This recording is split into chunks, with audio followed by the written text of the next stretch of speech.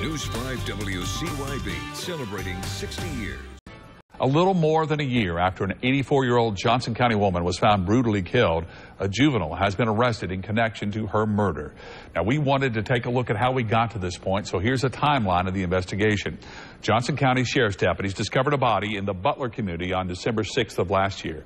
We reported on December 15th that the body was identified as Taruko Shaw. On March 9th of 2016, the autopsy was released, ruling the death as a homicide. And now, just over a year later, a person of interest has been arrested. News 5's Christy O'Connor has been checking in on this case every month for the last year. She joins us now from the newsroom with more on this developing story. Christy? If you look over my shoulder, you'll see what's left of the Johnson house here on Campground Road. Around 6:20 this morning, an explosion rocked this neighborhood. It blew that house into smithereens, little pieces like this. News 5 in high definition starts right now. And it kept going off like every 10 seconds, like random bursts of gunfire. I'm PJ Johnson. The shooting spree happened around 2:30 this morning. Some of the shots fired were at passing cars as they were traveling down Volunteer Parkway. Now, we want to show you the map of the area we're talking about. It's all outlined in red. Police say the scene stretches from Weaver Pike all the way to Hill Street. The majority of the activity was centered around the Days Inn Motel. Well, Julie, this part of Sevier County has a saying, the mountains are calling, but tonight the mountains are crying. As I drove in, I saw plumes of smoke over these beloved mountains, mountains that I was born in and mountains that I have lived most of my life in. It is heartbreaking, and now I have even more heartbreaking news to tell you that we have some casualties because of that forest fire. Now, this is National Drive Electric Week, and Eastman is showcasing 22 of its charging stations. In fact, the company has several electric cars. You know, with gas less than $2 a gallon, the interest in electric cars has faded. But as you are about to see, that's not a good thing. You have to give these electric car guys some credit. They have a great sense of humor, especially when it comes to license plates. But they're also on a mission to show us how electric cars can save us all money and help the environment in the process. Nobody can beat you off the line. Dave Harivnak is a system analyst at Eastman, but in the Tri-Cities, he's simply known as the electric car guy. Dave drives a Tesla Roadster. It's the car that put Tesla on the map just a decade ago. It has no transmission, no gears, just a whole lot of torque. Dave, in a way, I feel like I'm driving a Batmobile because you get this instant acceleration. Look at that. And it even looks a bit like the Batmobile. It really does. With Eastman's support, Dave brought together Chevy Volts, Nissan Leafs, and Teslas from as far away as Knoxville. Harivnak estimates there are between 35 and 50 electric cars in the Tri-Cities. Doug Hazeltine bought a Tesla Model S because of its extended range. He can go 265 miles without charging the battery. And he uses solar energy from his home to power the car. I estimated that just 5 solar panels out of the 30 I have, 5 solar panels will be enough to power this car for the energy needs I have in a whole year's worth of driving. According to Tesla, 60% of its owners use solar energy to power their homes, and Volt and Leaf owners are 4 times more likely to use solar power. There's those solar panels you were talking about. Yeah.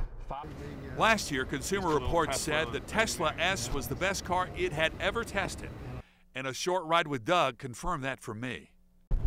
I am just shocked with the handling of these cars. They stick to the road.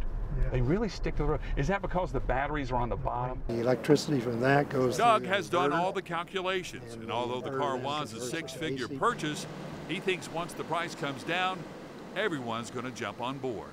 And I think at that point, people are going to begin to appreciate the quiet ride, the space involved with this type of technology. But before we get into that, let's head out to BMS where we have team coverage, starting with our very own Paul Johnson, live with the latest on the track transformation. Hey, P.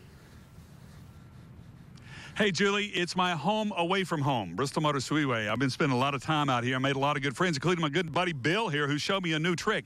Now, we're in the Virginia Tech end zone, and what Bill is doing is actually going over the painted end zone to make it smoother, so when the players fall on it, they won't get cut or scraped or anything, because this stuff is kind of tough here until you put the old roller on it and take some of the edge off. See, they think of everything here at Bristol Motor Speedway. So you want to come to the big game and you want a ticket. Well, this is my press pass, and it kind of looks like a ticket. They're about the same size. See, they're fancy. But does that mean somebody could still sell you a fake ticket? You better believe it. Christy O'Connor's been investigating this. As we said, they've thought of everything here, and they're prepared, and they want to warn fans what to look for. And you cannot sell a ticket for more than its face value. PJ. Christy O'Connor, thank you very much. So let's say you got the magic ticket. You're ready to go to the big game. Where in the world are you going to park? Jessica Griffith, News 5. You found out. Yeah, so right now parking might be kind of tough because all parking on BMS property is sold out. PJ Johnson joining us live from the service in McClure, Virginia, with more on how folks are remembering him. PJ.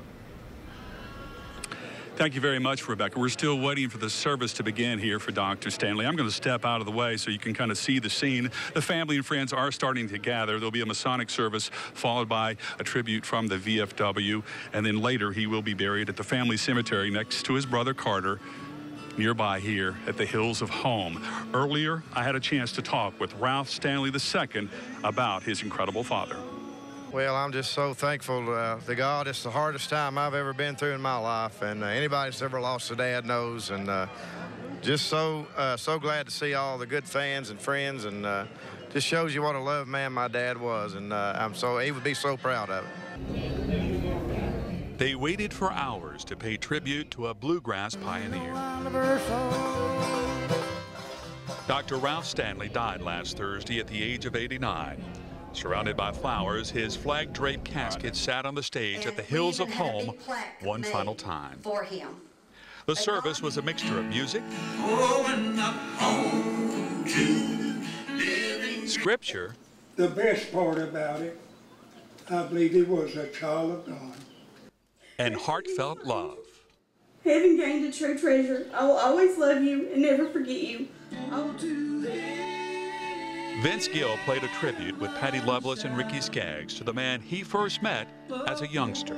I just adored how kind he was to me. You know, we knew each other for about 42, 43 years, something like that, and got to record a little bit with him, and I just loved him to death.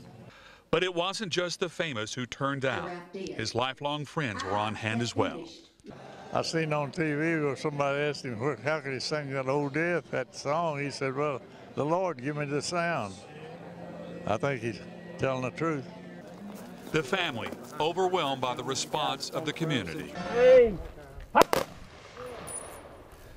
Dr. Ralph Stanley laid to rest at the Hills of Home Cemetery in the place he called home. In Dickinson County, PJ Johnson, News 5, WCYB.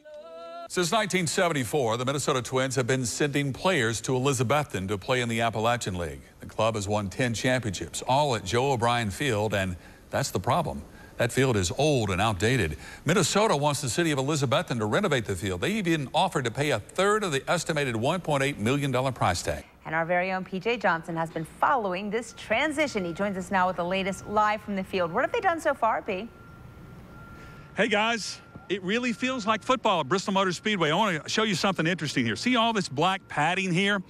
It turns out all this stuff is made from recycled tires and old tennis shoes. It all glues together and makes it a fantastic pad. Is that crazy or what? Now you're about to see a little bit of history. The first completed pass in the history of Bristol Motor Speedway. Adam Rust, the purchasing director here at BMS. Nice catch, big fella. Your day is almost done. You've got one panel down. You've got some padding, but you've got a lot of panels to go. How many? This is the first of 23 panels we have to go. We'll average about 9 a day and hopefully be finished up by Saturday morning. Road crews busy today working to clear the way for drivers across the region. Slick road conditions caused some issues early, but those conditions are improving. Thanks for joining us for News 5 at 6. I'm PJ Johnson. All right, thank you, Dave. We'll check back with you in just a bit. Crews are trying to stay on top of the bad roads, and they've been working all day to make sure drivers are safe. News 5's Maggie Smoka taking a look at the conditions today. She joins us live now. So, Maggie, how is it looking out there? Tiana learned something that there's a uniform to wear if you watch Kenny Chesney. Short skirt and cowboy boots. And perhaps that hat. The one and lady the hat, was yeah, rocking like the lady it. hat, yeah. Well, Kenny Chesney and company were rocking BMS across the street. there was a private concert going on. This is such a funny story. Gordon Whedon planned his party before the Chesney concert was announced. He even hired the Lauren Cole Band of Johnson City to play.